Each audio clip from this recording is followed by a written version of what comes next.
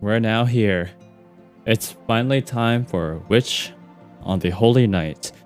I am accompanied by Aaron Cerise. I'm pretty sure Hello. you guys are familiar with them already, but if you could go ahead and introduce yourself once more. Hey, I'm Aaron, aka Aaron Cerise. I've been on these Witch on the Holy Night streams most of the time, I guess, but it's been a while since we've last done one of these, so if you haven't seen one of these streams before, I am a content creator of sorts. I haven't been active very much recently, but I've done a lot of different things over time, let's say. We were going to have Nancy also join us. She is currently a little busy. She's out, and it's totally fine. It involves meeting up with some old friends, and if she does end up coming here, and we're still streaming, that would be wonderful. And if not, that's totally fine too.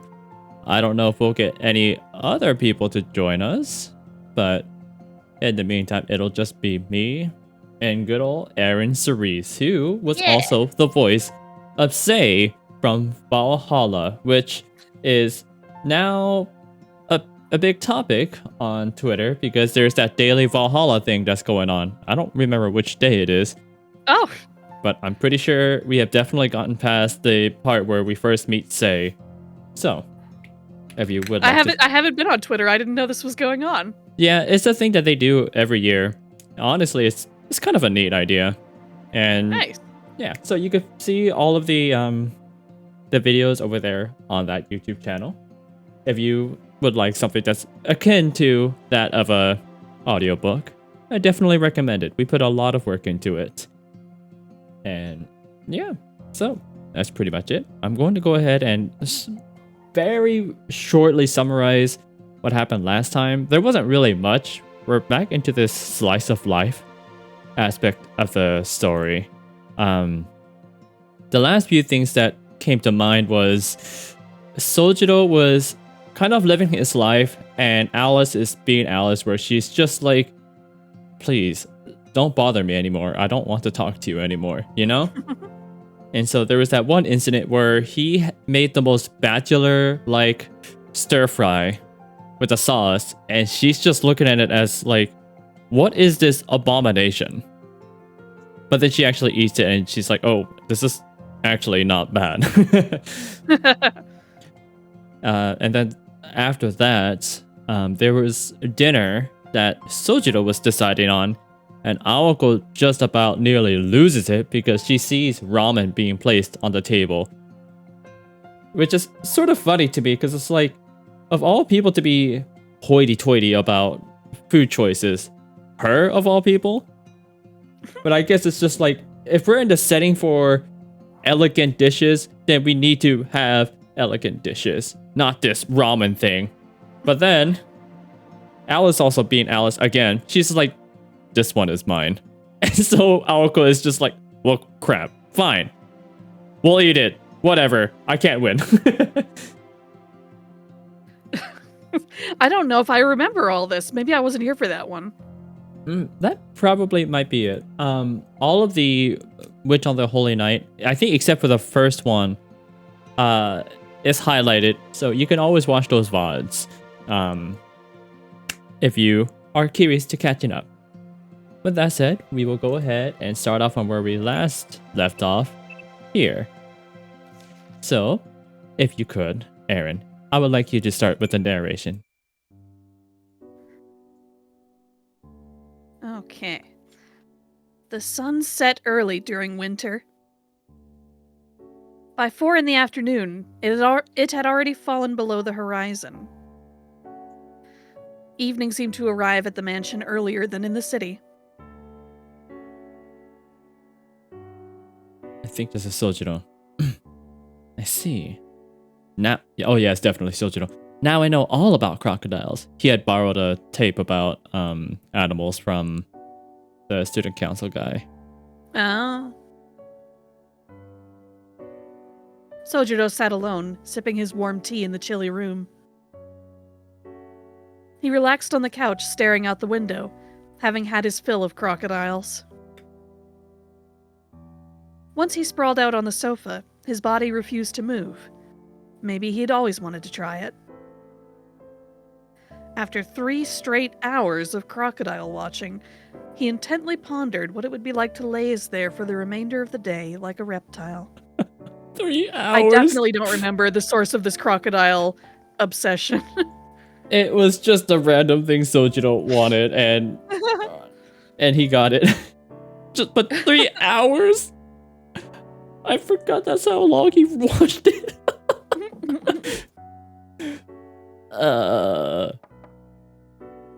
Just as he was considering an opportunity to nap, hang on. Just as he was considering the opportunity nap, what is an opportunity nap?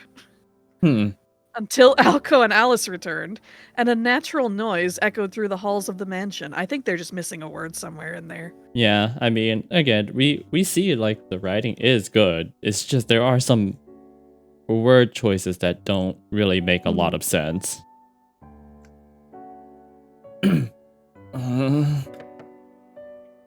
Sluggishly, he rose from all fours to a bipedal state, as if undergoing an evolution of his own.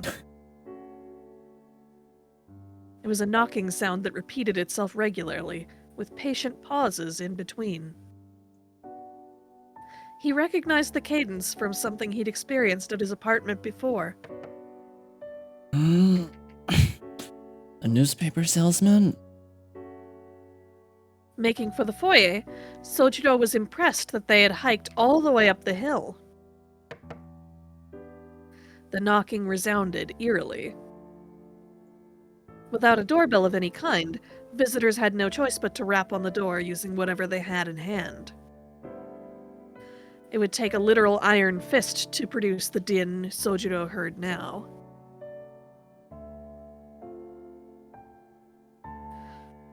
From his position in the hall, the front door looked like an ornately built fortification. The sturdy double doors looked as though they could withstand any onslaught of blows. But now they rattled in protest to the repeated knocking. Whoever the visitor was, they seemed determined to breach the castle gate by force if its defender refused to sally forth. I think I remember this part now. We'll see. Fortunately for them, Sojiro was sympathetic, having experience selling newspapers himself. Hello, Aldor, the Mahoyo enjoyer. Good timing. Just a moment, I just gotta blow my nose. Okay. Don't mute yourself. We need to... No, I'm joking.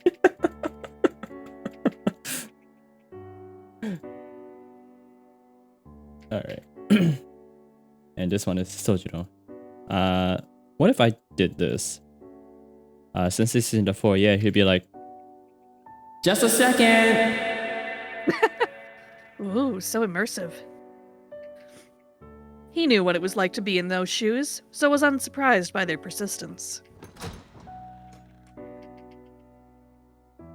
Yup, I knew it. Oh.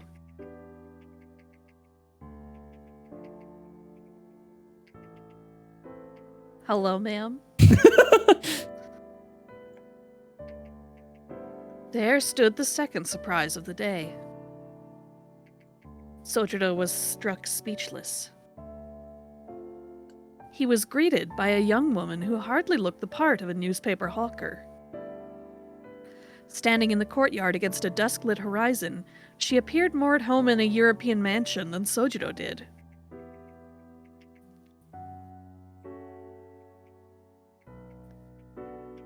She carried a dignified air in spite of her dainty frame. While a tad shorter than Sojiro, she was tall for her sex.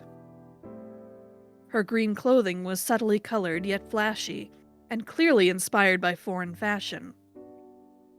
She seemed prim and proper, yet bold. Though vaguely garish, her appearance spoke of strength and confidence. Sojiro knew all too well that such a woman was not to be trifled with. Only, unlike the one he knew, this stranger appeared more friendly than intimidating. Perhaps it was her short hair that made her look approachable. bright and brown. It stopped just above the nape of her neck.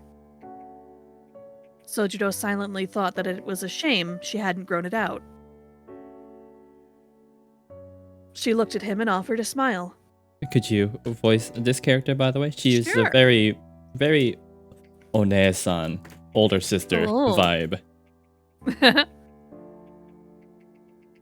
Despite seeming visibly older than him, this made her appear impish and cute. Sojiro reacted with suspicion, knowing better by now than to fall for a charming smile. At any rate, it was rude to stare. Can I help you? He tried not to look flustered as he greeted the visitor. To which she replied, "Good evening. Is Aoko home?"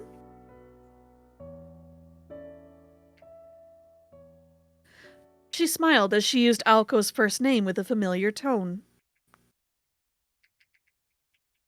Alright, we'll switch it up. I'll go ahead with the narration. Well done. Oh, thanks. Aozaki isn't home right now. She smiled again, this time deviously upon learning of Aoko's absence. Then I take it Miss Kuonji is away too. Sojiro looked perplexed. This was the first time he had heard Alice referred to by her last name only, and again, with the familiarity of an old friend. I see. Oh, it's nice to hear they can get out during the day, instead of only during the dead of night. I was under the impression that living together was merely a facade, but they really do get along. Sojiro found himself nodding in response to her smile. It was strange enough that the visitor knew both Aoko and Alice, but Sojiro found her odd as well. Likely in her early 20s, she did not appear much older than he was. She was clearly hiding something behind her nonchalant manner and bright smile. So they won't be home until the evening then? That's correct. Though I expect them back before the last train. I see. And who might you be? Sojiro, troubled by her forwardness, wanted to ask her the same. Alas, "Who are you?" was a question far too difficult for Sojiro. Oh, bless him. I'm sorry, I don't really know how to answer that. For now, I'm the house sitter. I'm a friend of Aozaki's, to tell the truth. It was a response without an ounce of persuasion to it. The young woman's face lit up at what she believed was the boy's attempt to tease her. Aren't you a funny one? What's your name, dear? It's Sojiro Shizuki. His shy answer made her giggle. Sojiro had no idea what he'd said that was so funny, but her laugh did not offend him. And it came across as warm and affable, rather than derogatory.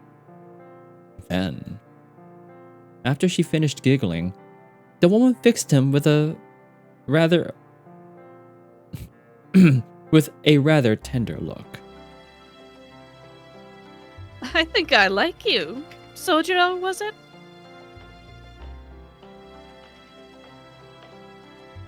A fine name for hypnosis, though it doesn't really suit you. Now then, pour me some tea, would you? Wait! She slipped past him into the house, boldly striding through the entrance hall. Wow, it's just as I remember it. I thought she would have repaired the damaged pieces, what with taking the trouble to bring them all the way here. I would have fixed up the warped columns at least. The visitor cheerfully inspected the foyer. Sojiro still stood at the entrance. The clicking of her heels on the wooden floor echoed as she moved toward the drawing room.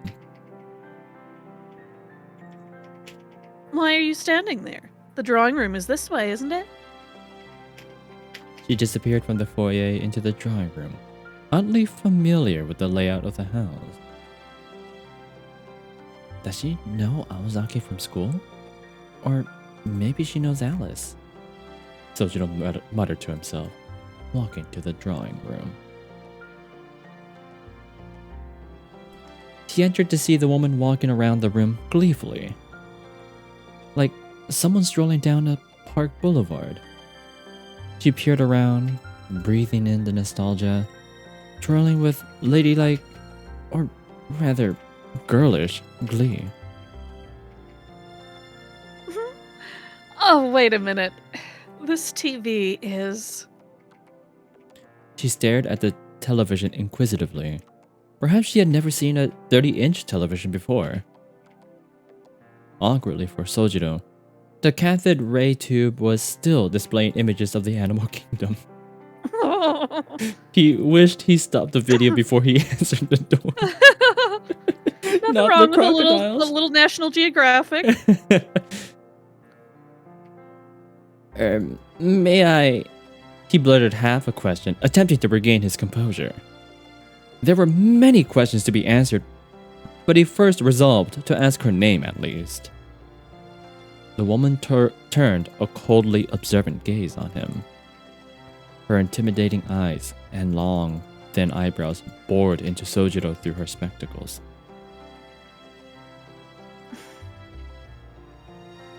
Sojiro had intended no offense, but now he felt like he had chosen his words very poorly. He apologetically clammed up. Then... Come now, Sojiro. May I? Really? Do I look like some old lady to you? she snickered. Her disapproving glare melted into a teasing smile. Of course, that wasn't true at all. It would be more accurate to say she had an air of an older sister. Or at least, that's what Sojiro attempted to express with body language, to which she grinned smugly. Very well.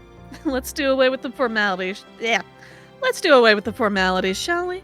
They're beginning to bore me anyway.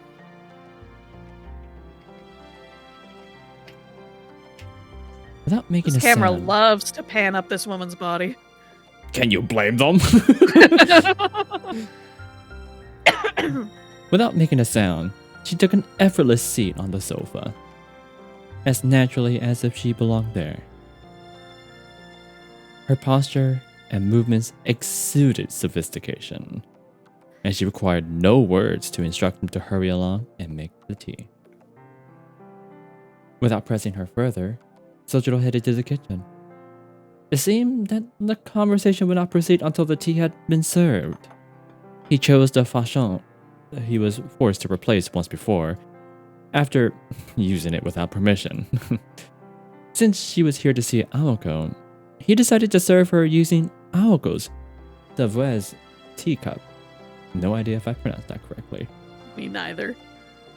Into the cup as blue as the ocean depths, he carefully poured the tea before returning to the drawing room. Gently, he placed the teacup on the table and faced the woman. Forgive me for not asking earlier, but should I take it that you're an acquaintance of Aozaki's, or whatever? Despite being told otherwise, Sojiro could not help but stand on ceremony. His clumsy effort to make the question sound casual only jumbled it further. The visitor's eyes narrowed again in displeasure. That's what I mean. Would you stop calling her Aozaki? It's beginning to grate on me. Just use Aoko. That is a really pretty cup. Jeez. The woman kept the rest of her expression indifferent as she slowly raised the cup to take a sip. Smiling, she tolerated the tea that Aoko and Alice regularly criticized as bitter and clumsily brewed. Sojiro had yet to learn that society thoughtfully awarded participation trophies to people merely for trying, regardless of the outcome. Come, don't stand there. Sit. I don't like being looked down on. I like how the boots just what is it? They like melt into the leggings? It's like just a gradient that where her legs become her boots. Or I mean, there are some boots that are kind of like half boots, half leggings too at the same time. Yeah. I think I've seen those before. That's what this definitely looks like. But man, does it Oh. like it's Did they definitely make those in the late 80s, early 90s? definitely not. But it is hot. I mean, it looks nice. They do in this universe. Mm-hmm. Sojiro tilted his head, noting a slight familiarity to her manner of speech. It was almost as if they met somewhere before. Wait. The sight of her sitting on the sofa began to stir forgotten memories. Noticing his reaction, the woman became visibly delighted. You remember me. I can tell you I was as surprised as you are. I came all the way here to see Aoko, and instead I find you standing there to greet me. Oh! Now that she was chuckling, Sojiro remembered everything. He had only glimpsed her for a moment, but there was no mistaking it. It had to be her. The woman smoking the long cigarette who had cleaned out the pachinko parlor. You gave me quite the fright that day, Sojiro.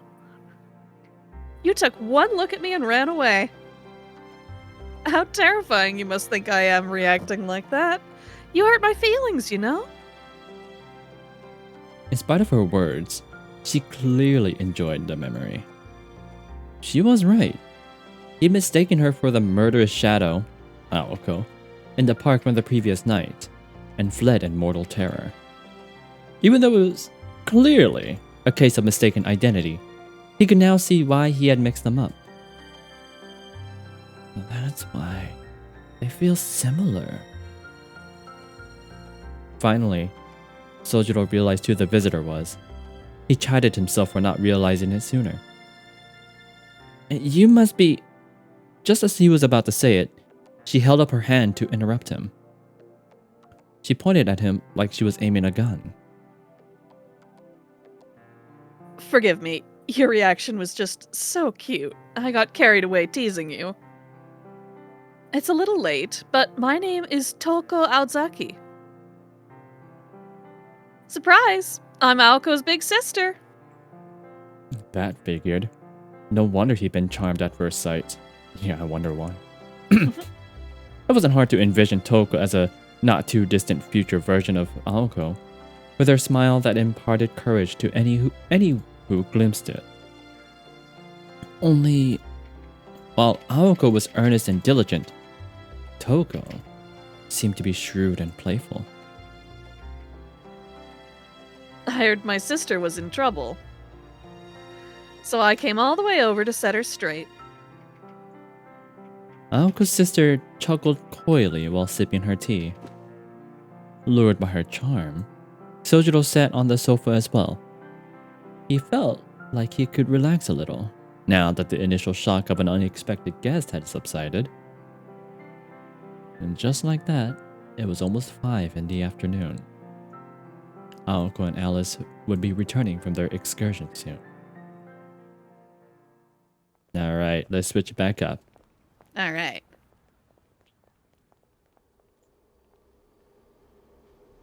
This was Misaki City's only subway line.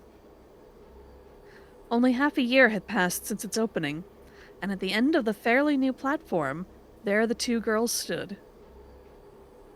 The time was 6:30 in the evening. They had been idling for around 20 minutes since returning from Arisaka and had yet to return to street level. So who would you rather go for? Alice or Aoko? I'll let you choose this one.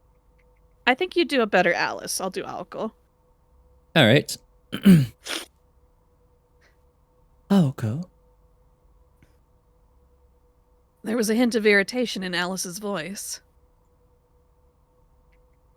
I'm not done yet. Just one more, okay?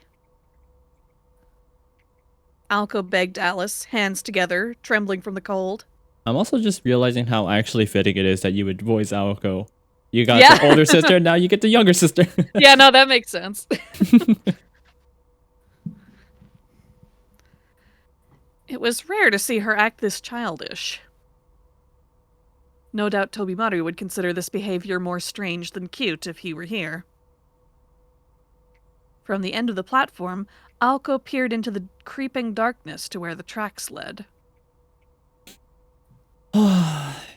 You have the strangest taste.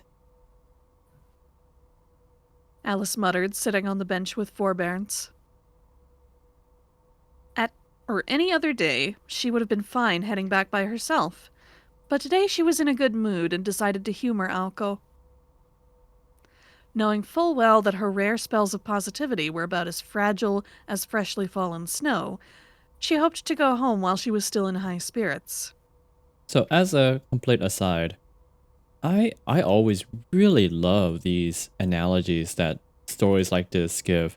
Like the idea that her mood is as fragile as freshly fallen snow. Like the imagery is so great, and it's partially the reason why I've been trying to read more. And I, in fact, just finished reading a book called Legends and Lattes.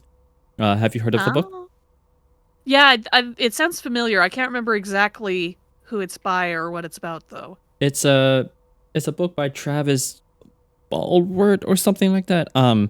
The premise of the story is about an orc who just finishes her last adventure and she tries to open up a cafe serving coffee, which is very foreign to the fantasy world.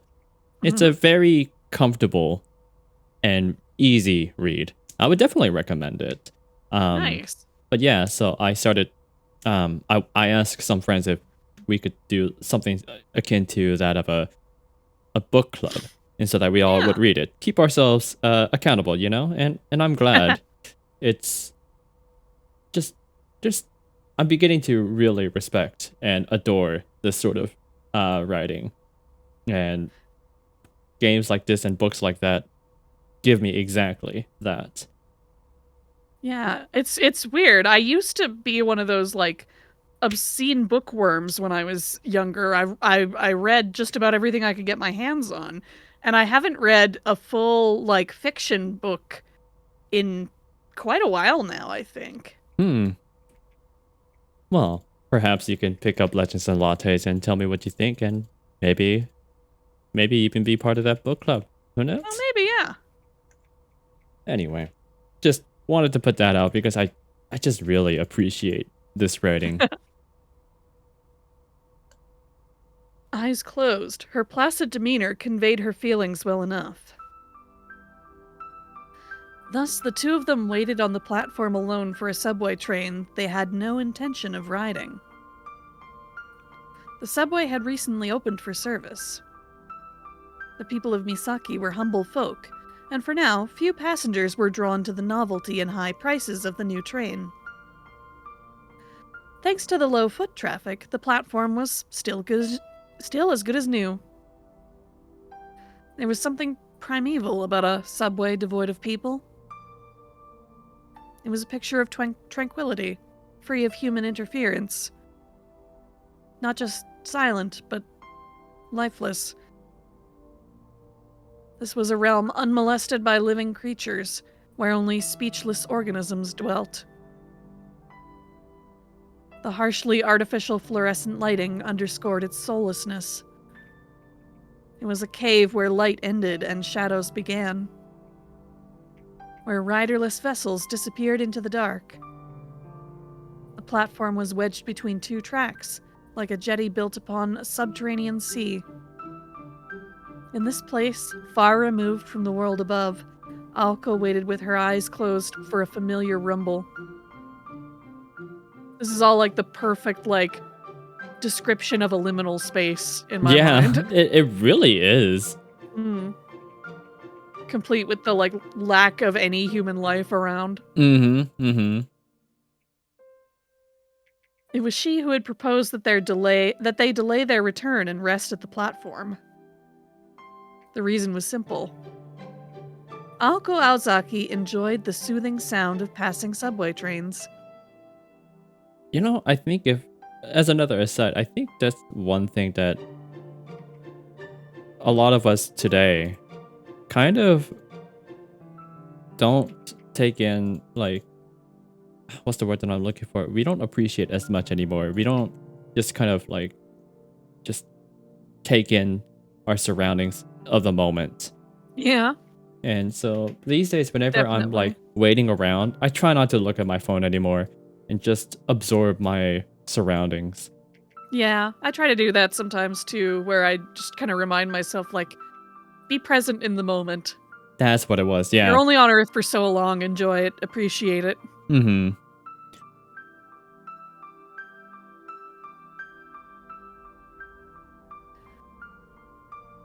I probably won't get to see any more live bands this year, so at least let me have this.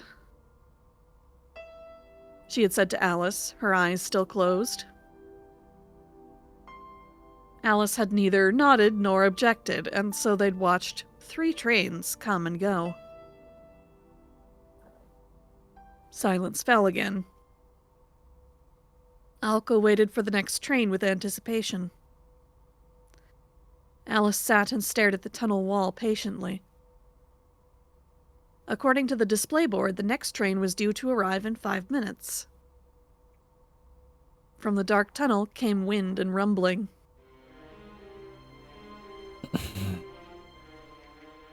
A purposefully placed bounded field now surrounded the platform. There was no sign of any station personnel, and entrances and exits were few and narrow. The lack of bystanders made the field hardly necessary. Suddenly, 6 figures appeared in front of the stairs to the surface. They all shared the same face. Motionless and with smiles like the crescent moon, they stared at Aoko and Alice. Ugh. I can't believe I missed that. Alice let out a quiet, dejected sigh. Alice? What's wrong? Must you ask? Didn't you notice that you and I were the only ones to get off at this station? I mean, this subway is usually pretty dead anyway, so... Aoko trailed off, tutting in annoyance. So what tipped you off? The impending gloom I felt a moment ago. I'm not entirely blaming you. This wouldn't have happened if we were a better team. Enough sniveling. They traded stoic and calm words, never moving or making eye contact. In contrast, the figures near the stairs began to stir. As though regressing from primates to wild beasts, they dropped prone in unison and scrambled forth like man-sized ants. They advanced as a stream, one after another. Soon the clattering came not just from the platform entrances, but from the subway tunnel as well. Whoa. At a glance, they numbered at least 30 strong. The eerie skittering multiplied, echoing off the subway walls. This is ridiculous. Forget Misaki. With this many automata, you could take over all of southern... Sorry, tongue. You could take over all of southern France. True. But I doubt there would be much demand for dolls of such poor quality. Junk is junk, after all. One of the horde leapt forward in response to Aoko's insult. Are you talking to me, punk? It was a sudden charge, like a hurtling dump truck. Alice remained still. As though expecting the attack, Aoko swung her right arm in an arc. The blue missile of light was easily repelled. Her magic bullet, Snap, had little to no effect on the puppets. They scrambled over each other like frogs, heads jerking and twisting in search of prey. I count 30 total. Sorry, Alice, I'm gonna need you to hang back. I can't have you thinking last time was my best. As she spoke to Alice, who was still sitting on a bench, Aoko stepped toward the edge of the platform. Among the myriad regrets she still had from the amusement park, the House of Mirrors stung the most. She had been caught off guard in her last battle against that puppet. But today she'd come prepared, and she had Alice as backup.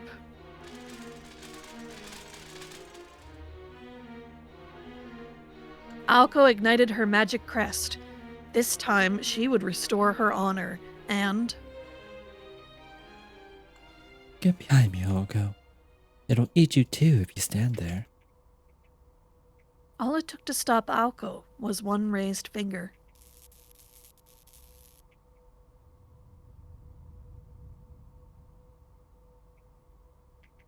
Alice, wait, you can't! In the depths of the ocean black, the bells of night chimed out. The jetty, as if embraced by a sea god like Poseidon or Wadatsumi, became awash with white motes which seemed to engulf everything. You always leave a mess, Aoko. Not to mention the next train will be arriving soon, and... Behind the white veil, her form blurred and stretched upward. She was like a melancholy ballerina. The figures surrounding the prima ballerina bristled in response to the strange aura. Though puppets were inhuman mystical vessels, they had far more reason to fear Alice than they did the human Aoko. They began to flee. Whoever their master was, they sensed enough danger to order a retreat. However, it was too late. The dancers were captivated by their prima, transfixed in place, as if their Achilles' tendons had been severed. Besides, it wasn't just you who ruined my mood. She removed her black glove. Unlike her subdued demeanor at the mansion, Alice's aura away from home was a biting, frigid blizzard that none could approach. Her discarded gloves floated down, settling on the platform dock. The pale haze grew even thicker. Terrified, the mass of shadows cried out for mercy.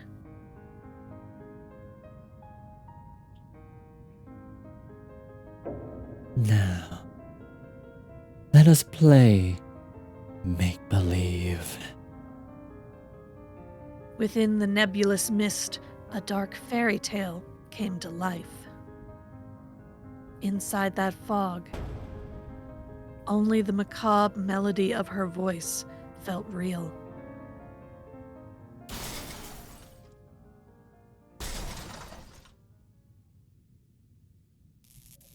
Oh, Jesus Christ, I Oh, forgot. jeez. Go off, Alice. Feast, grind, crunch. At last, the final puppet fell. On the walls, on the floor, on the ceiling. The grotesque mechanical sounds of their demise filled the air.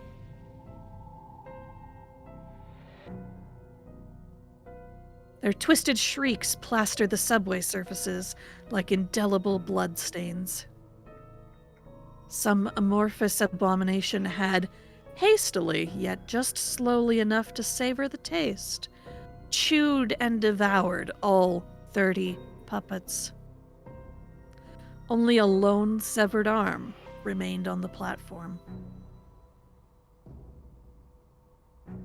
You had that thing on you this whole time? Alco spoke sideways to Alice, making no attempt to hide her disgust. The brutal gluttony they'd just witnessed had a name. It was the Beast of the Fog, one of her 3 great ploys kickshaw.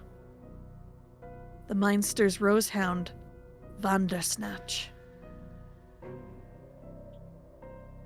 Alco's words stung, since Alice was the one harboring its true form. The 3 great ploys wielded terrifyingly powerful curses. While Vandersnatch had its uses in combat, Alco was not at all amused to learn that her companion had been carrying it around town all day.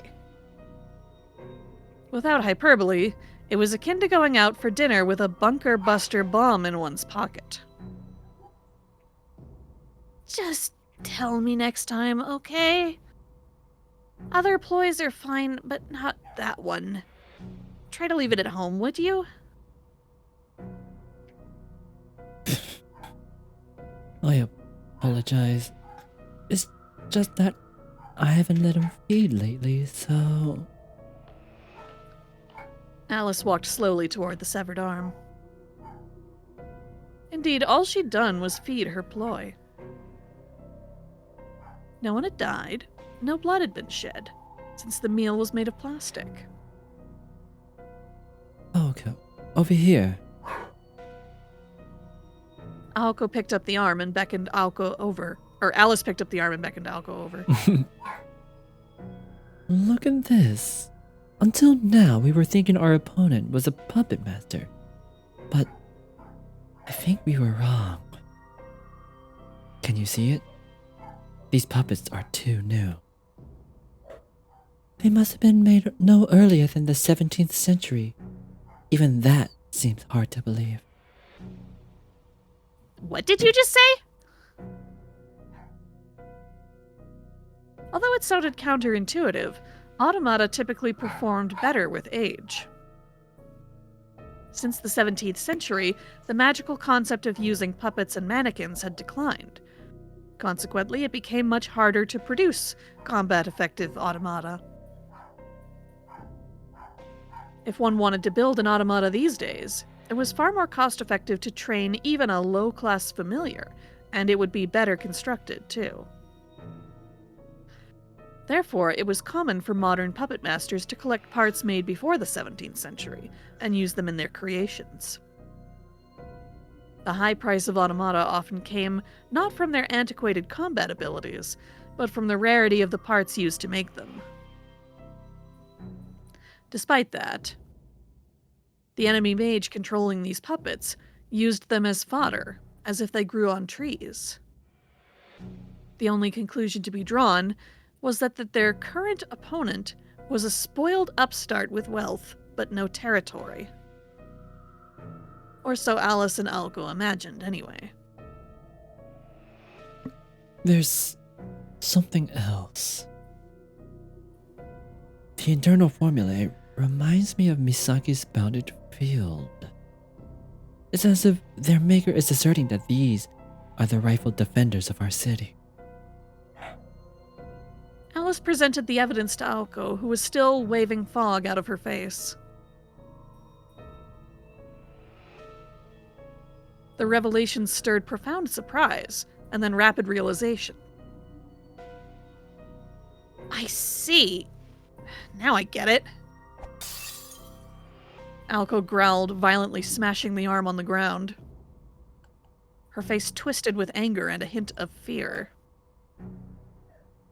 She didn't bother holding back any of her knickknacks because they weren't worth keeping in reserve to begin with. That's why the town's barrier didn't have any effect on her, and how she knew my weaknesses. No wonder she found and removed the sigils so easily. Should have known. Alco quietly listened. What? Sorry, their names both start with A. Alice quietly listened to Alco's furious rambling, bemused. Alco, so you're saying the one who made these is none other than... That's right. When it came to making things, she always had me beat. Alco glared at the severed arm. She was furious at its creator, and herself for taking so long to figure it out. Always had you beat, you say.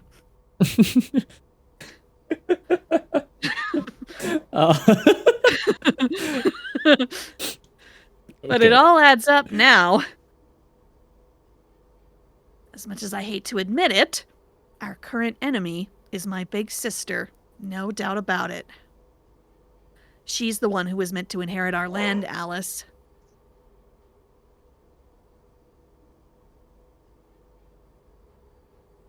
The desolate subway platform returned to silence. Alco's words lingering uncomfortably in the air. Alright. Before we continue... Okay. Before we continue on, I need to go let my dogs out for a few minutes. Yeah, I also need to use the restroom real quick, so I think this is a... Oh, hold on. Let me just go ahead and place the bookmark here, because I don't want this to be like the freaking Yeah. noise that they have to hear. So we'll return to the tunnel, we'll come back. We'll take a quick 5-minute break. We'll be right back. Hope everyone has been doing well. Maybe if you haven't already gotten some snacks, now hopefully you got them. And if you're going to get them now, well, Yes. you might miss a Although few things. be sure, don't eat anything too bad for your tum-tum before bedtime. I think it's okay. I will let you. All right. Let us go ahead and get back to our last place. I will go ahead and do the narration since you were so kind to do that last time. And apparently, Sojiro just turned off the television that had the crocodile on it. A short time ago at the Kuwonji estate, the videotape finished playing. The VCR had automatically stopped playback, foregoing the need to hit the stop button to avoid the static storm. What remained on screen was a reflection of Sojiro and Toko Aozaki, sitting opposite each other in conversation.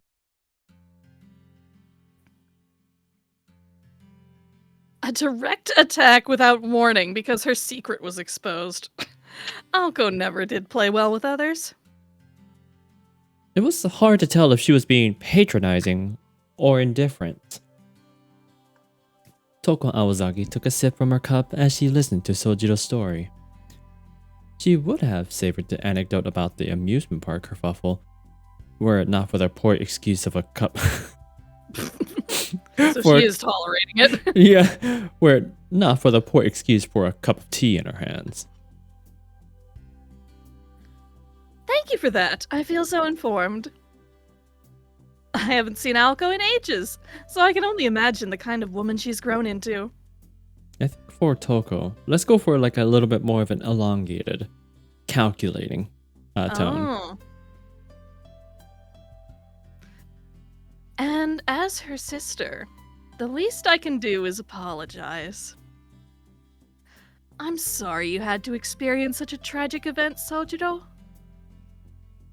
That girl does have a tendency to be rather headstrong. I think that fits. Is that laying it well on now. too thick? No, it's really good. You said it. Sojiro was enjoying the conversation, despite having to relive those events. About an hour passed by while the two of them sat in conversation, neither short on topics to discuss. Aoko was an easy topic for both of them, so the conversation centered mostly around her. By the way, I've been curious about something, and I hope you don't mind me asking. While she kept her posture dignified, Toko's eyes shone with eager curiosity. Her elegance caused Sojiro's heart to beat a little faster. Curious? About what? Despite his caution, he found himself speaking politely. She smiled affectionately, as if she found him pleasing. Well, you see, you surprised me the last time when you ran away. But today, I'm surprised by something new. Is that some kind of in vogue fashion accessory? Oh yeah, the belt around his neck. Forgot about that. Oh, yeah. Come again? Toko tilted her head, her eyes fixated on the collar that Aoko had snugly secured around his neck. Is that a new style of choker? You know, I could swear it was The bespectacled, oh my god. The bespectacled, oh my god. She's gonna break out in hives any second now. The hot woman made a show of holding her tongue. Hot glasses lady made a show. On a completely unrelated note, in another decade, similar accessories would become a standard part of any visual K artist's wardrobe. Thanks for the author's note. Oh, not at all. It's obviously a collar. For dogs. I knew it. Oh, it's rather charming. And very much suits you, I might add. Did you put it on yourself? Toko stared intently, examining the strap. While he had never been very conscious of the collar till now, for some reason, Sojiro found himself blushing. Yes, I put it on by myself. No, silly. I mean, who gave it to you? Was it Aoko? Or perhaps Miss Kuonji? Aoko gave it to me. Toko nodded in satisfaction at Sojiro's candid response. That makes you Aoko's property. She coldly muttered. With this, the cordial atmosphere began to turn. Sojiro nodded, naturally oblivious to the edge in her words. He's like, uh-huh. She does like to own things. He's like, yeah, that tracks.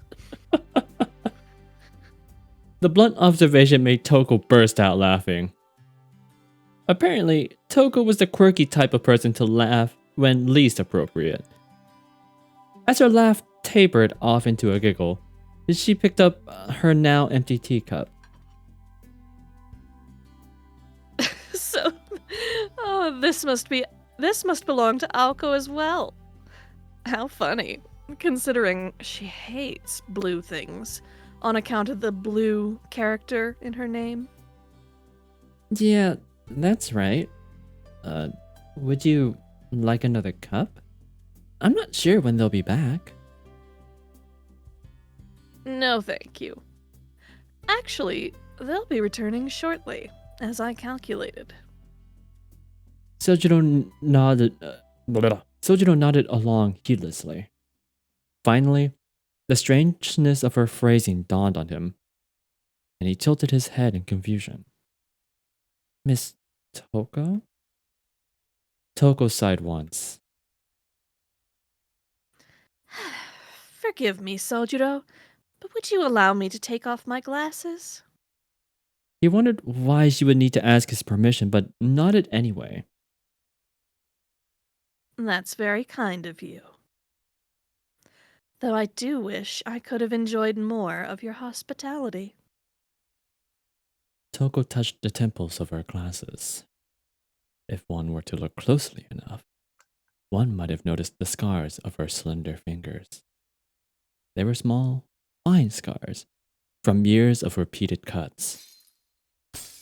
Before her fingers even left the eyeglass frames, the spectacles crumbled. It happened so fast that Sojiro barely registered it. The frame cracked into pieces, sliding down her face and into her lap.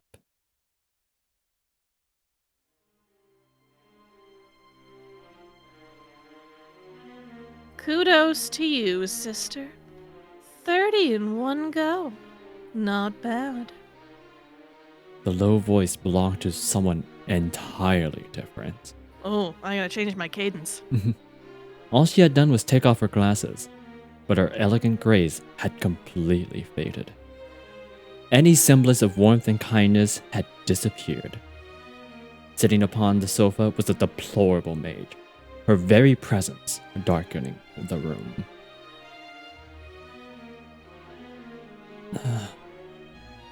Sojiro sat speechless.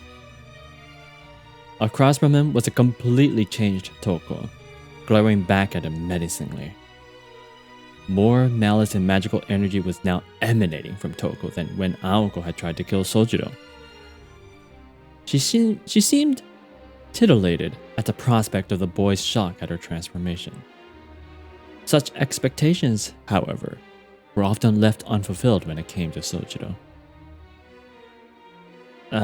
You broke your glasses. Sojiro blurted out in surprise. Her hand stopped as she reached for a cigarette, the wind taken out of her sails. That was unfortunate. Oh. Oh, maybe Wait, it is her. Yeah, that was unfortunate. Oh, wait, maybe it is Sojiro, yeah. Oh, yeah, that was unfortunate. Do you have another pair? No, forget them. It's not as if I actually need them to see correctly. As long as myself exists, data is received subjectively by my 5 senses. The entire world is in a fog. You shouldn't trust what you can only see with your eyes. What a devilish appearance she has. Her speech had taken on a clinical tone.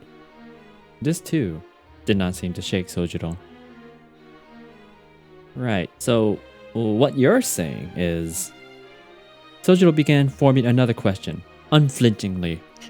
He's too head empty to be phased. The biggest Oh, no. himbo of all time. Toko scowled, as if she found a bug in her food. After some consideration, she came to the conclusion she needed to be blunt with the boy. By some twist of fate, it was a headache she now unknowingly shared with her sister.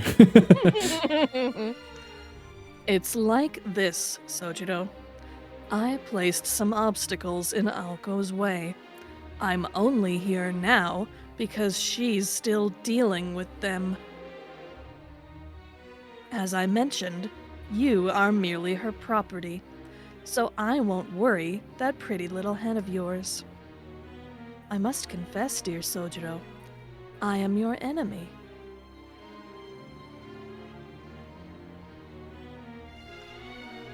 Though he understood her words, the clock's second hand would rotate fully twice over before anyone next spoke.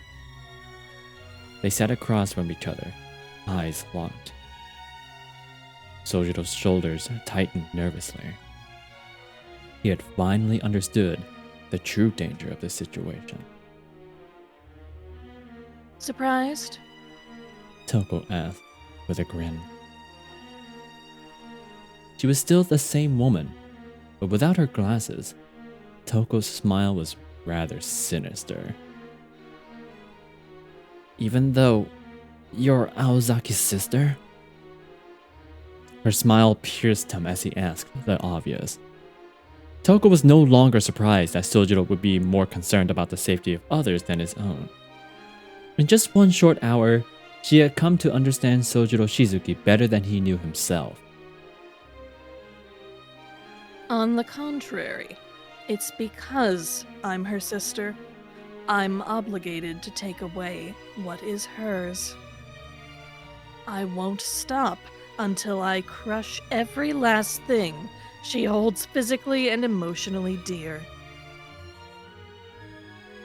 For instance, if she has come to rely on this city, then I will happily go so far as to destroy it. But you... I wasn't expecting you.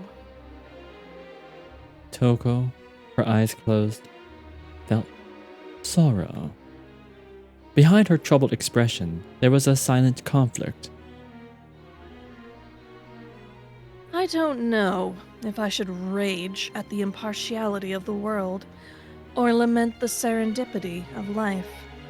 I suppose it's all part of the counterforce. Innocent outsiders get killed all the time. in this world of ours, but I've never met anyone quite like you. Or rather, never imagined a guy like you could exist. Toko sighed at the ceiling and stirred in her seat. She seemed to have overcome an unexpected moment of uncertainty. You don't look like Alko's ace in the hole. You're just a dim but nice stranger, too pitiful to put out of his misery. But as much as I want to leave you be, my sixth sense is screaming that I should erase you now and be done with it. Sorry, that's my dog, I think. It's okay, I didn't hear it. Yeah, sometimes he got a failing heart, so he coughs a lot. Aww. But hilariously, he knows that it catches my attention. So before, if he ever needed to go out, he would just normally come up to my chair and get on my legs. But now he'll just come in doing that. Oh, I do hear it now, yeah. He's like, let me out. Okay, so he definitely needs to go out. So I will be Alright, no right worries. back. You are more than welcome to entertain the chat. Oh no. Ah. Okay, be right back. I'll do my best.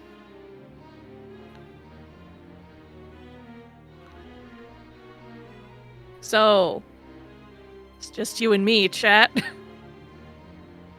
Anybody got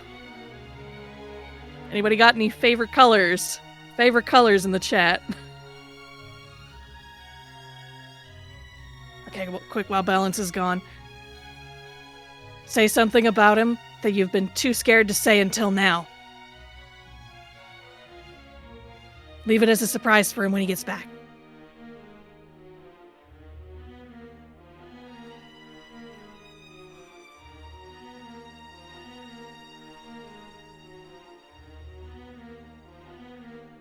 And in the meanwhile, what can I amuse you with?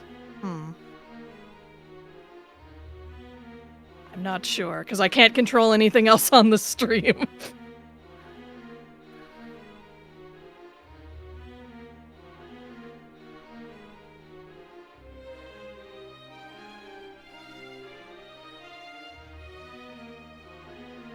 I don't know why, but my mind went to let's see if we can count the number of buttons on Toko's dress or the number of eyelashes on her face, because that's the only thing that I can do is stare at this one image.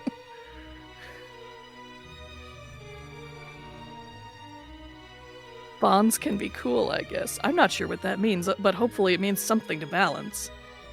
Oh, balance can be cool, I guess. I see. I read that wrong.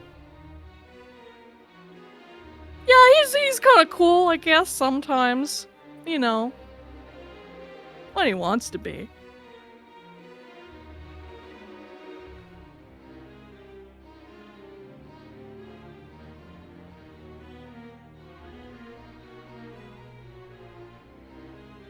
Well, you didn't hear this from me. But I think balance can be kind of cool sometimes as well. But again, you didn't hear it from me. Talking crap about me again? Oh, the worst crap. Good. How it should be. Alright. Just been telling them all sorts of secrets that you never wanted them to hear. Darn it. Now I've been exposed. Not like there was much to expose anyhow. Okay. Oh, my evil plan has succeeded. You're very fitting to be Toko, for sure now. Oh, does she do that? No, but she carries that air around her. Alright. More plainly put, she had made up her mind to kill him. Though, Sojiro was somewhat flattered at how grossly she had inflated his importance. He was struck more by the karmic irony. Toko had arrived at the same conclusion as her sister. However, this was no time for idle thought. Can't be thinking about freaking Muse or Love Life or Idolmaster. It needs to survive now. Sojiro readied himself to stand up from the sofa in such a way as to not draw attention to the plan, so clearly written all over his face, to make a run for it. Silly boy. Don't give yourself away like that. If you're going to run, then run. But if you value your life, then don't move a muscle. In other words, you won't make it halfway to the door before I get you. Now, be a good boy and sit still. So, you're not going to kill me? For the time being. I like you, excuse me. I like you, kid. Well, not exactly. Truth is, I might be the only one who can save you. So this, along with every other piece of media, has pretty much just told me being a bimbo can really save your life. Just be, like, charmingly dumb. They'll either underestimate you or be so charmed by you that they can't help but leave you in peace. Yeah, honestly, if I was in her position, I'd probably do the same. What? She looked the perplexed Sojiro straight in the eyes. Though actually brown, her eyes gleamed a piercing red, like the edge of a blade. It was at this moment an overwhelming sense of dizziness overcame Sojiro. His mind went numb, like he couldn't tell who he was. It was like drifting into a sinister sleep from which he'd never wake. Sojiro clenched his jaw, desperate to maintain consciousness. Toko's eyes devoured him like a bottomless pit of quicksand. In that moment, it all became clear to him. It no longer mattered that she was Aoko's sister, or that she was Alice's sworn enemy. Toko Aozaki's deadly battle with the girls had become his battle. Which is why, when you find yourself feeling a special spark for a stranger met mere moments ago, that feeling is not to be trusted. You may simply be attempting to fill a void shaped like yourself, with more emptiness. Sojiro tried to drag his body away from this heretofore unencountered sense of danger, but found that it would not respond. Toko tilted her head forward at him, eyes fixated on his. Your instincts weren't wrong. You do have something in common with me. Or maybe you're just close to me. Maybe we're picky about all the same foods. It's something to consider. The problem is, you're more biased than I am. Biased. She clearly used a different definition of the word than the one Sojiro knew. Biased. It meant that he was alone, that he was an outsider who didn't belong in this town. A sudden and seething anger eclipsed his gentle heart. But Oh, jeez. I feel like that's the first time we've actually seen Sojiro's angry face. yeah, actually. I'm not alone. Sojiro shot back with all the enmity he could muster as he faced this witch named Toko Aozaki. If he had not, he feared he would never escape her gaze. See? That's precisely what makes you biased. And the sooner you realize that, the better. It's the fastest way out of your predicament. Humans are hardy creatures. No matter what life throws at them, they find a way to survive. But Aoko can't tolerate them, because she's the sort of stranger who can't stand anything. Toko leaned over the table. She reached out and grabbed Sojiro's collar and roughly pulled him toward her. But enough about her. All I care about is getting to have you. In fact, I wanted you from the moment you mumbled your name like it's not even yours. I want you with your lack of self-awareness and your sense of powerlessness. The future must seem like such a foreign concept to someone like you. Your mind inevitably looks to the past. But just as moi, the lesser self, comes before soi, the greater self, the normal flow of time will always reject time travel. It's the same for me as it is for you. I've done it again, haven't I? How could you possibly even begin to... Toko trailed off mid-sentence. As she pulled Sojiro closer, her own eyes reflected in his, she noticed a merciful expression on her face. Sojiro got to thinking. He held no hostility toward this woman. He bore her no grudge, harbored no desire to kill her.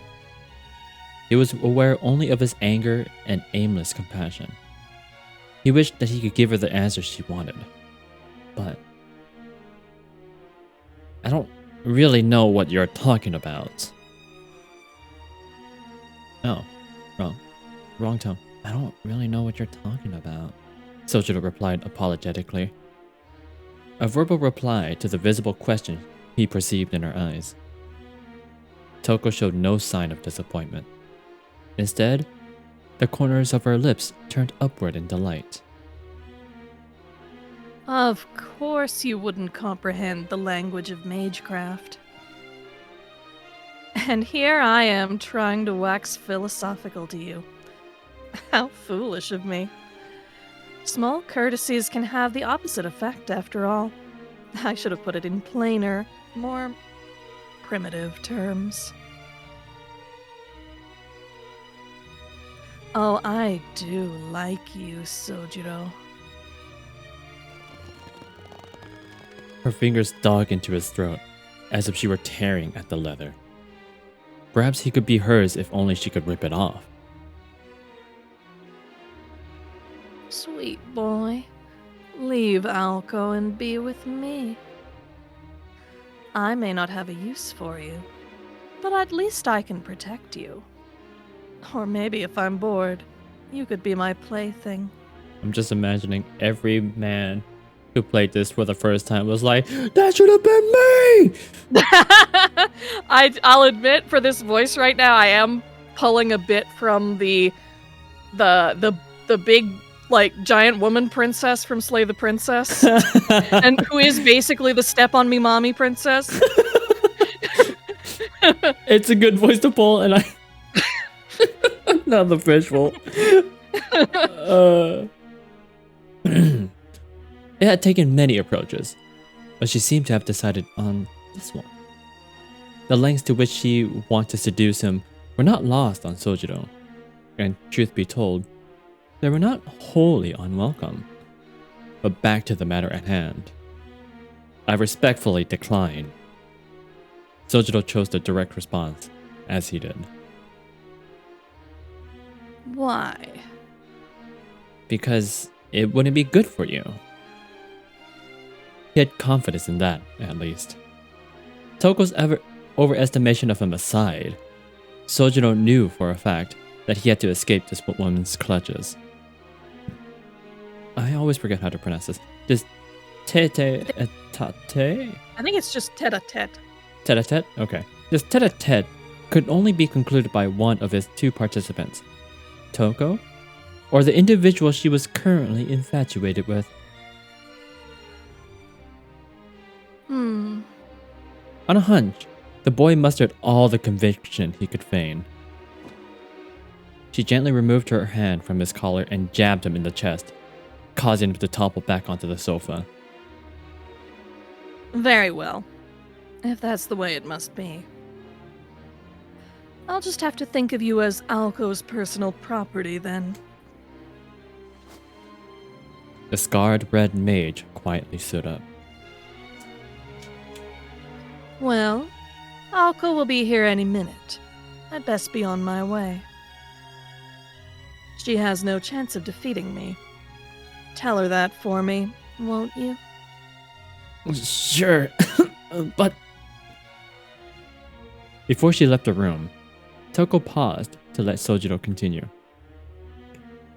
Like a student humbly inquiring of a teacher, Sojiro pointed to the object in Toko's hand and asked, what are you going to do with that cup? Surprised, she looked down at the teacup in her right hand that she had forgotten she was holding. She hadn't even realized that she had been holding the cup the entire time. Oh, this? I might as well take it with me. The act of taking something without the owner's permission is commonly referred to as theft. However, this was more likely the typical relationship between Aoko and Toko. Share and share alike, and so forth. Sojiro nodded to show that he understood. Unsure if his nod was sincere or not, Toko smiled that gleeful grin for the second time since taking her glasses off. You certainly are an odd one. The question of your worth aside. For just a moment, she had returned to the affable Toko Aozaki he met before the glasses came off. Leaving him with the image of her smile, she departed the mansion. Her broken glasses remained on the drawing room table. Like a calling card of sorts. That's a good way of describing it. We're home. What a drastic contrast. No sooner had the eerie visitor left, did Aoko and Alice return home. Despite Aoko's sour mood, she seemed as merry as ever. Despite everything that happened in their trip having its fair share of problems, she still had fun. Whereas Alice was her usual stoic self. Her manner not unlike a parent following behind a rampaging toddler, cleaning up their mess. Alice, you made the mess. Yeah, I know.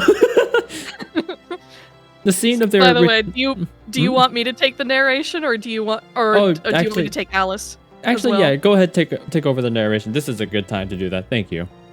No problem. The scene of their return was like something out of a TV sitcom, and lost in thought, Sojiro forgot to greet them. Did anything happen while we were out, Sojiro? Aoko asked more so out of etiquette than curiosity while removing her coat. Without answering, he stood up from the sofa. Yeah, it took up half of my day actually. Other than that, it was just cold. Want me to make some tea? Yes, please. You can't plan anything without a hot cup of tea in your hands. Sojiro was on his way to the kitchen to prepare tea even before Aoko had finished her upbeat response. Wait a minute. Something feels off. Or was that Sojiro saying something felt off? No, I'm pretty sure that's Aoko. He was following his same tea brewing routine as always, but somehow something did not feel the same. As though in a trance, Sojiro returned to the drawing room where they were settling down and placed the tea on the table. What do you intend to do now, Aoko? We'll have to search for her on foot. We can't play this one defensively. If we spend time fortifying defenses here, she'll just have more time to create more puppets. They conversed with each other while ignoring Sojiro's presence. I guess that first line was Alice's. Upon hearing what they said, he stood up and spoke abruptly. Sorry, I took a bite of a snack. It's okay.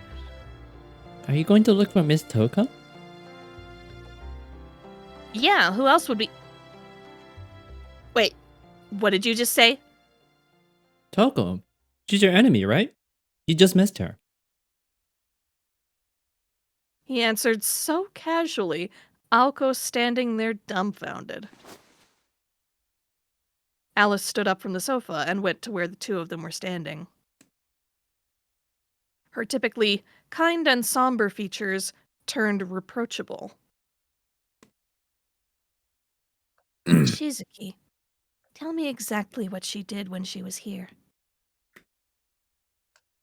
We drank some tea, and she took off her glasses. Huh. I can't remember anything after that. What once was a clear memory seemed to have been scrubbed clean from his mind. Sojiro was overcome by the same dizziness he'd felt earlier. A sharp, dry smack echoed through the room. What snapped him out of his haze was an unexpected slap from Alice. I won't warn you again. Never let anyone else into my house. Deep within her eyes, beyond the normal cool indifference, was an intense fury. Realizing, however, that it was no ordinary anger, Sojiro understood how careless he had been. I'm sorry. This place is very important to you. I should have known better. A heavy silence followed. Both Sojiro and Alice stood there, chained to the spot by their own regret. Aoko looked on in amazement, wondering if they would stay this way all night if left alone. So, hey, I know Sojiro screwed up by letting my sister in, but Alice, you never told him he shouldn't. We're not children anymore, so how about we put this behind us and focus on the problem at hand, okay?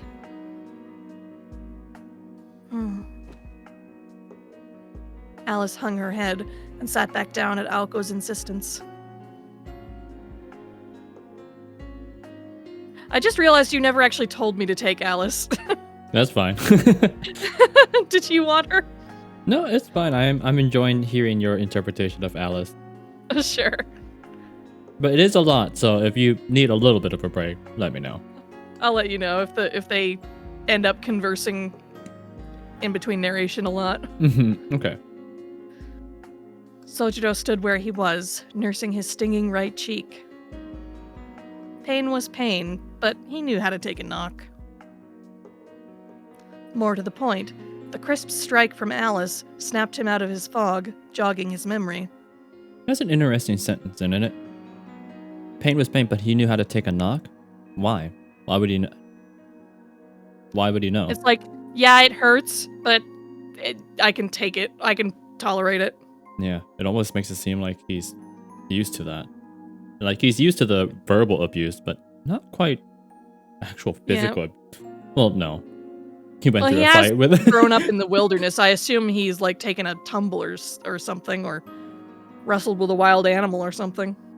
Yeah, that wild animal being Aoko.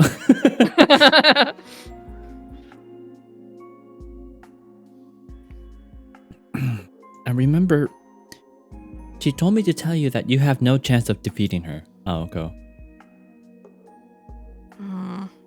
Pretty full of herself. Anything else? She also said, well, most of it was small talk. To be honest, she said a lot of other stuff I didn't really understand. Considering the small talk was mostly about Aoko and her flaws, Sojiro decided it would be better to take that part to his grave. Yeah, a good idea. Otherwise, he would Good be going to that assessment. grave a little bit faster. She mentioned the greater and lesser self? I wonder if she's been to India. Oh, never mind. That's Aoko. Because of the sentence, this is Aoko speaking to Sojiro. Oh, okay. That's That confused me for a sec because I was like, how would she know about the greater and lesser self thing that she said? Yeah, I'm guessing there was a little bit of dialogue that we just assumed that they were talking about, I guess. Yeah, or maybe like it's something that Toko has said in the past. Mm-hmm. She mentioned the greater and lesser self. I wonder if she's been to India. In case you didn't catch on, Sojiro, she must have done something to you. I guess at the same time, I don't think Sojiro would know what India was. Alko turned to him, glaring sharply. He had nothing to be ashamed of, but he looked away guiltily anyway. She did it? What did she do exactly? You said you couldn't remember what she said, right? And up until a second ago, you looked like a zombie. I see. You remember right up to when she took her glasses off, which means you must have been entranced by her mystic eyes. As quickly as she jumped to that conclusion, Alko went quiet again, as if the information was of little importance. But it was not enough to detract Sojiro from bringing it up again. Aozaki, what are mystic eyes? Eyes infused with magical energy. Simple forms of mystic eyes can cause temporary confusion, while more advanced ones can kill with just a glance. Stuff like that. Eyes like Bellora's are really just the stuff of legends. If there were eyes like that, we could really use them right about now. Huh? Without further context, Aoko knew her explanation was completely lost on Sojiro. So, yeah. To put it simply, it's like my magic bullet, only you use your eyes to shoot it. You can shoot bullets from your eyes? Sojiro's confusion deepened, along with Aoko's frustration. Anyway, you looked into Toko's eyes after she blinked once, right? That's the moment she put the whammy on you with her mystic eyes. What a sentence. Some mages even replace their eyes with cat's eye stones, but my sister doesn't need to bother with that. She was born with hers. She doesn't even need to say anything to use them. She can just blink like a camera shutter. Sojiro pounded his fist in understanding. Now he thought about it, he vaguely remembered her doing something exactly like that. Everything after was foggy and muddled, and her mystic eyes seemed the only logical cause. Huh. That's one mystery solved. But Aozaki, isn't she your sister? Why would sisters try to kill each other? He knew it was not something he should ask, but he did it anyway. The question was against the rules. He had no business being involved in this dispute. Alko closed her eyes to collect her thoughts. She decided it was best for all involved to at least share some background information, if only to head off further questions.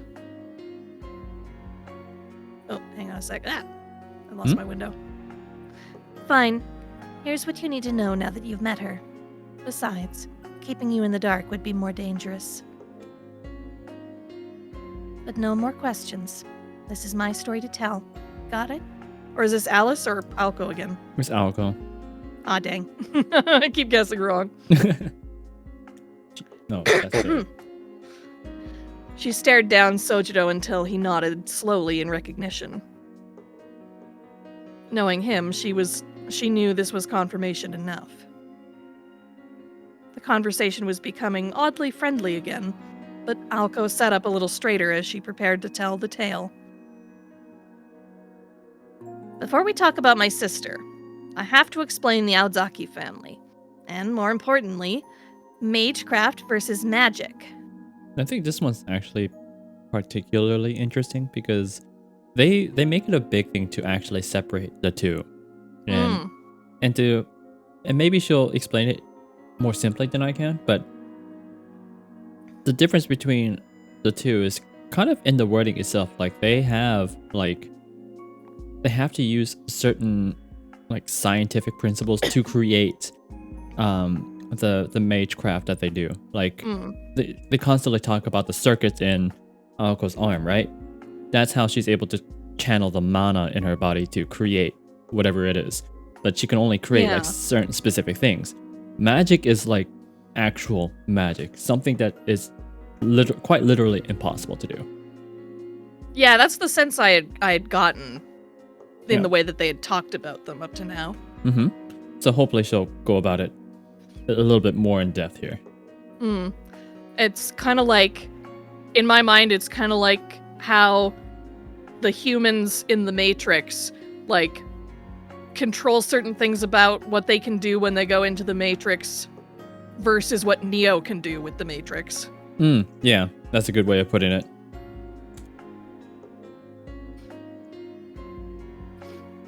We're going to cover a lot of ground, and it'll include stuff you can't tell anyone, but we can always wipe your memories later, so it's fine. Aoko made sure to add that disclaimer as a condition for telling him the information in the first place. You see, Sojiro, magecraft follows a set of common rules. There are different schools of magecraft, such as runes or Kabbalah. Think of them as different textbooks or manuals that the whole world uses. Anyone that has a proper textbook and a suitable bloodline can become a mage. But using magic is something else entirely. Magic, true magic, isn't just some manuscript derived from the swirl of the root like magecraft is, but something that comes directly from the root itself. As for the swirl of the root, well, the simplest way I can describe it so you'll understand is to compare it to the sun. The sun is really far away and has been there from the beginning as far as we're concerned. Without it, you and I wouldn't be able to live.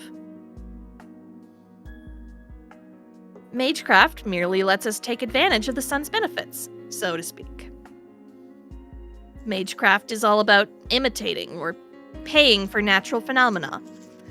We can use it to study, practice, and recreate mysteries, but we can never truly create them.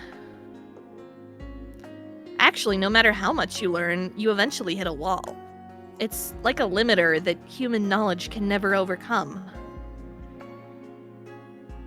And beyond that wall is where magic, the sun itself, exists. To attain it means to go where no one can go, and awaken miracles no one could possibly reproduce. A technique to make things happen that humanity could never hope to accomplish with any amount of time or resources. That's true magic. It's about overcoming that dimensional wall, like running until you reach the end where you'll find a world with completely different rules from ours. That's the only way you can, well, learn it. Oh, the sound is starting to break up a bit for me. Is the connection okay? Oh, Discord does that a little every once in a while. I just have to restart it, so hold on one second. Oh, okay. Yeah, it's very common even for the Discord. text was starting to come in a bit choppy. Alright, and then let me go ahead and do this again. Does this look better? And Yes. sound better? Okay, go ahead. I told you before that magecraft has no limits, right? Well, I meant that it has no limits within the scope of human knowledge. Oh, oops, there we go. Meanwhile, magic has lots of limits. Actually, it can only do one thing, and one thing alone. Makes sense, right? I mean, we're talking about unique rule-breaking concepts and mechanisms that exist outside the boundaries of the very universe. So, magic is more amazing than magecraft. I think I get the general idea, but It's really limited? Kinda. It's more like an exception, a special privilege, or an abuse of power. It's not versatile, but in making the impossible possible, it's all powerful as far as magecraft is concerned.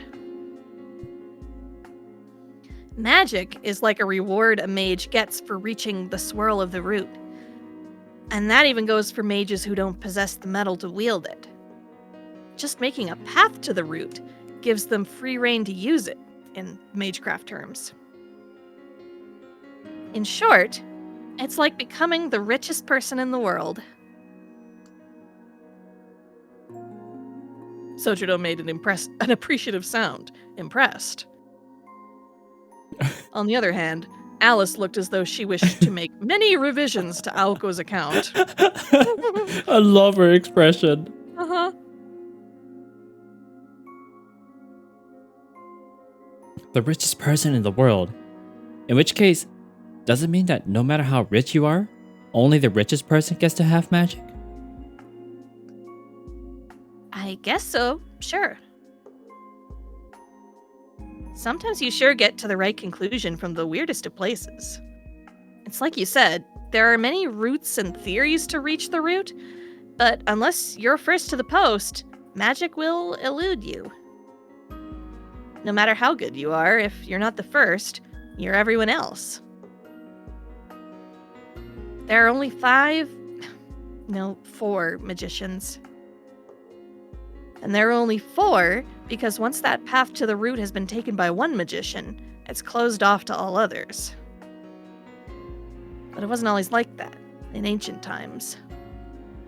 Ironically, mankind is responsible for closing off the paths to the root. We've built walls that stand between us and the truth. The mages of old could never have imagined that the more we explored the unknown, the more paths we would seal off. But the result was exactly that, and by the time they realized it, it was too late. After all that studying, true magic had all but disappeared from the world. Huh. So it's kind of like how the city has dwarfed the countryside then. In a microscopic sense, that example works. So, up until recently, modern mages have been vying for that final seat in a game of magical musical chairs. But some country bumpkin snagged it a while ago, so their little race is over. After that, all further research into the root was limited to mundane and meaningless magecraft. Though only a small fraction of mages were chasing magic anyway, while the rest had already thrown in the towel. Magic gained from reaching the swirl of the root isn't necessarily a mage's only goal. But that's a whole other convoluted mess in itself. The chicken or the egg dilemma, if you will. Okay, well, I at least understand that I understand absolutely nothing. Do you mind if we get to the point?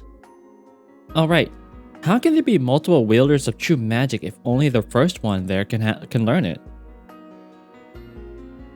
Well, there were 5 at one time. There were 5 final tasks left to humanity, so the first... Aoko? Alright, to the point. Now that I've explained the relationship between magecraft and magic, I can finally talk about my family. Remember when I mentioned that the Aotzaki family has been mages for generations?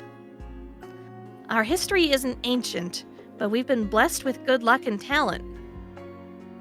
Because somehow or another, an Aotzaki finally attained true magic. Hold on just a second. Aozaki, so you mean...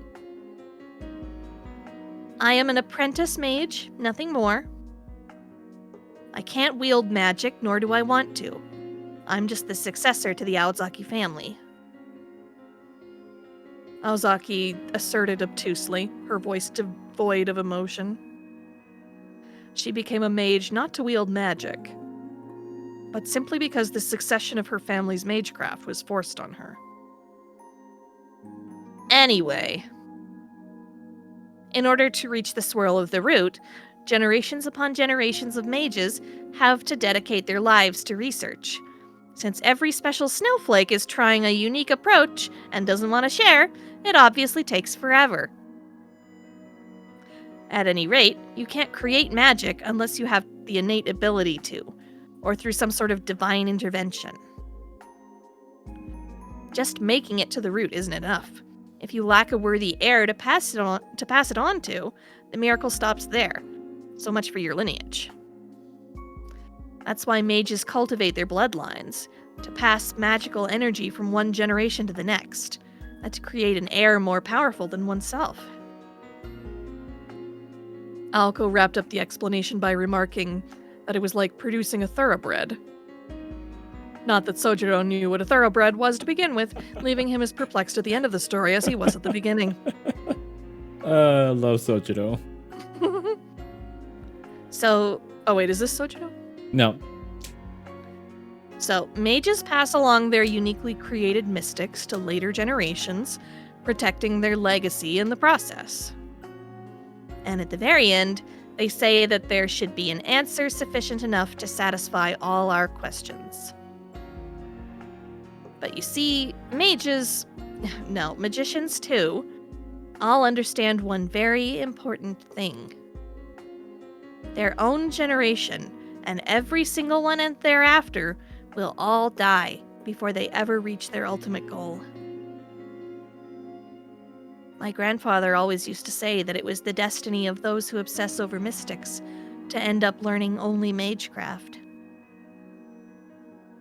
Funny how my sister didn't turn out like that. She left, I can see why, hanging in the air.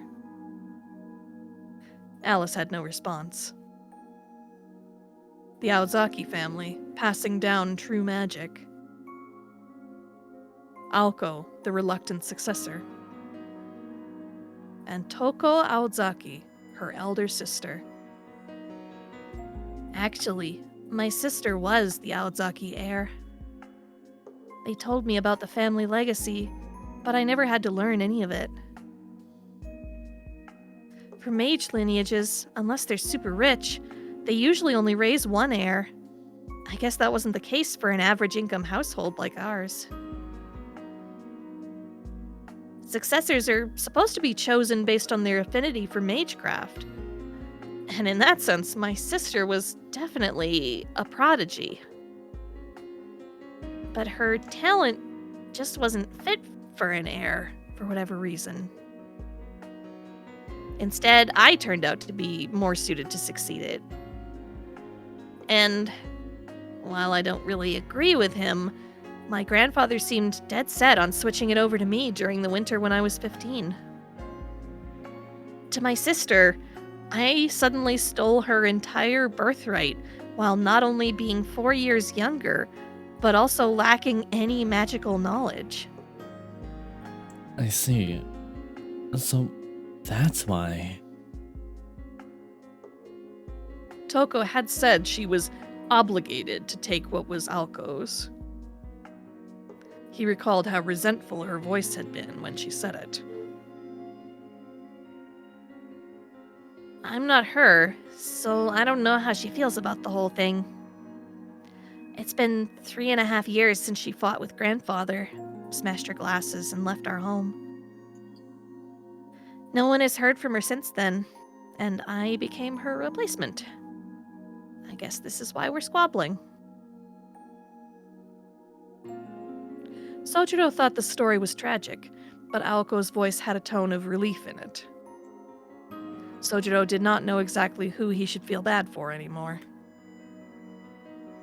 She broke her glasses? Correct. Her eyesight has always been perfect. The bitch was even born with mystic eyes. For goodness sake. But in trying to live up to our grandfather's expectations, she probably overdid it, and her eyes suffered as a result. Alko wrestled with the memory, not sure if she had everything down exactly right. Sojiro knew how well Alko could hide her emotions, And this was not one of those moments.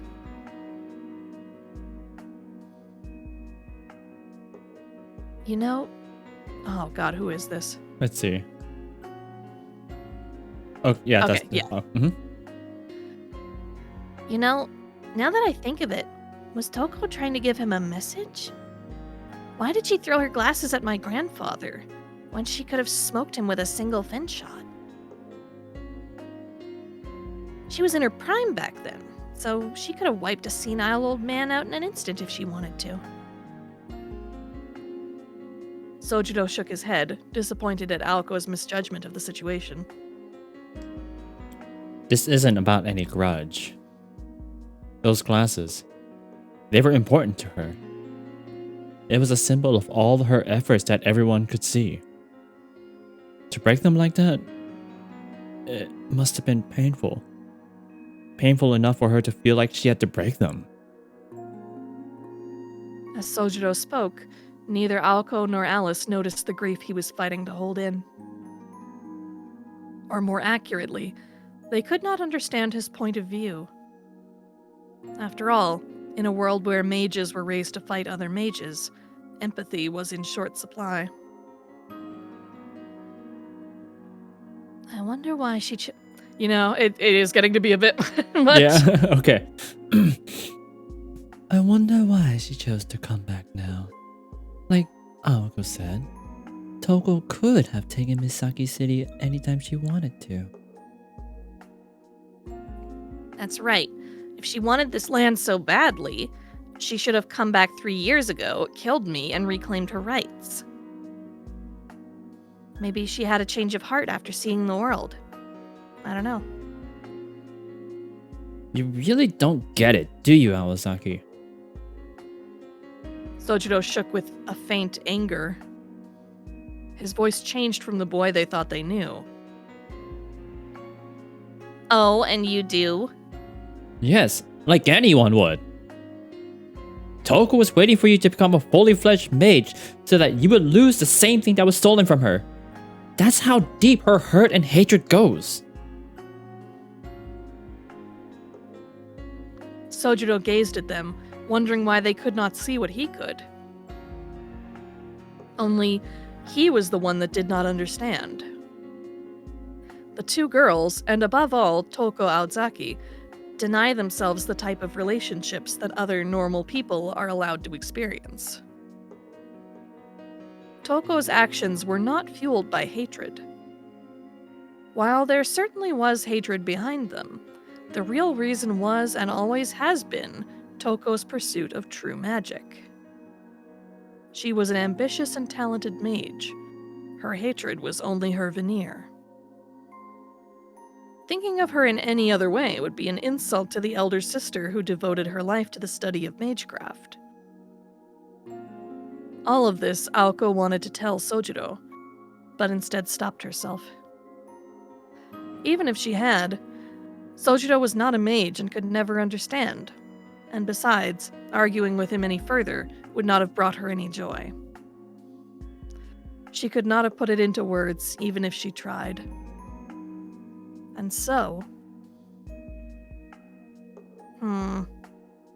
You sure are taking her side a lot, Sojiro. Could it be love at first sight? Yes. In her own cowardly way, Aoko dodged the subject. She smirked childishly. I get how she feels, a little. I pity her. Sojiro did not take the bait. Aoko was frustrated at his reply. And why, might I ask? An icy glare replaced her smile. He did not falter, only plainly stating, Because she has to fight her only sister. That's sad, isn't it? this was the source of his frustration. It's sad, all right.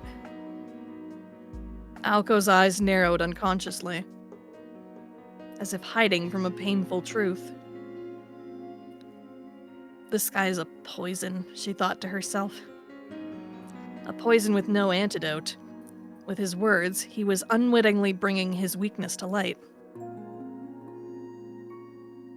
My sister and I, we don't think of it in that way, though. To us, this was always the way it would turn out. Sojiro looked down and frowned in defeat. And that's sad too. He muttered.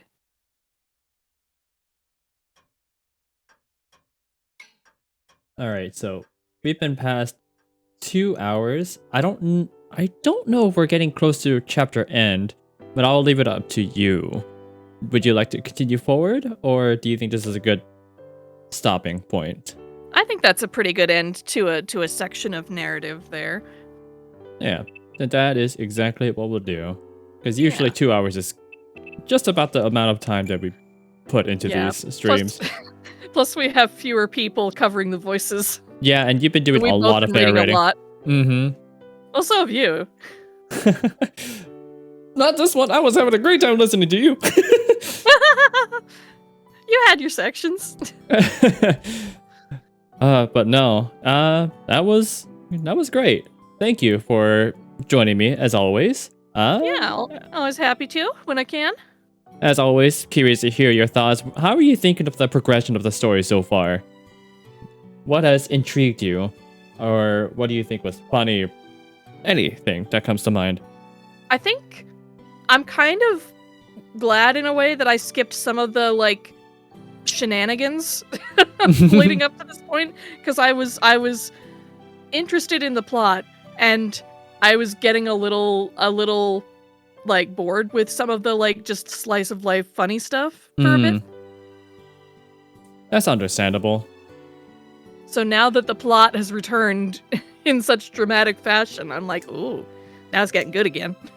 Yeah, honestly, I had wondered that myself. Like, why didn't they just kind of move along the narrative faster? Yeah. But I think I'm they're guessing it's so you can spend more time with the characters and get comfy with them, but like obviously it's going to be like your mileage may vary whether you're into that or not. yeah, and I think that is exactly the whole point, and so I think you nailed it on the head. And perhaps it's to probably set up for something later in the story, which I think I already know the story, so I have an inkling as to why. But I'm curious as to see how that will reflect upon you and Nancy, who is new to the story. Yeah, probably I guess what that like downtime does is reinforce the dynamic between Sojiro, Aoko, and Alice more, so that they feel like more of a whatever weird unit they've formed by the the end of the story. Yeah, especially with Alice slowly becoming more interested in Sojiro, which, to be fair, we know very, very little about him. Like, the fact that he's randomly jacked for no reason. Like, it definitely caused both the girls to be a little speechless, which I think is fair for anyone. Like, if you saw a guy just that ripped, pretty sure a heartbeat would skip. We still don't know, like, fully about the stuff on his neck, right? Still don't. So, yeah, lots of mysteries about him. And his himbo status just makes it even funnier. But, yeah, cool. Well, I'm always glad to hear that you guys are enjoying it. So, just like and that's kind of why I wanted to stop here too, because I also want to continue more of this when like Nancy and Kanye can be back again. Yeah, it would be much better to have them along. So, with that being said, thank you as always for joining me. And very glad to. I don't think anyone is, but I'm just curious which on the. I don't think anyone else is streaming it. Oh, there is one. No way. That's funny. There's one person. But we'll just leave it at that, because I've got some things that I need to do. Like, I still need to write a whole bunch of Christmas cards that I'm almost done doing. So Nice. we'll end it there. So thank you guys for joining in. Hopefully we can do this again. I don't know if we'll be able to do this next weekend. Or next week, because I'm pretty sure that's exactly when Christmas starts. Yeah. So If it's not Christmas proper, it's like smack in the middle of when a lot of people are busy. Yep. Yeah. Next Thursday is December 26th, and I'm pretty sure people are going to be like recovering from Christmas. So yeah, just consider all of next week to have no activity. So you guys enjoy your holidays. Thank you so much for joining us, and we will see you all next time.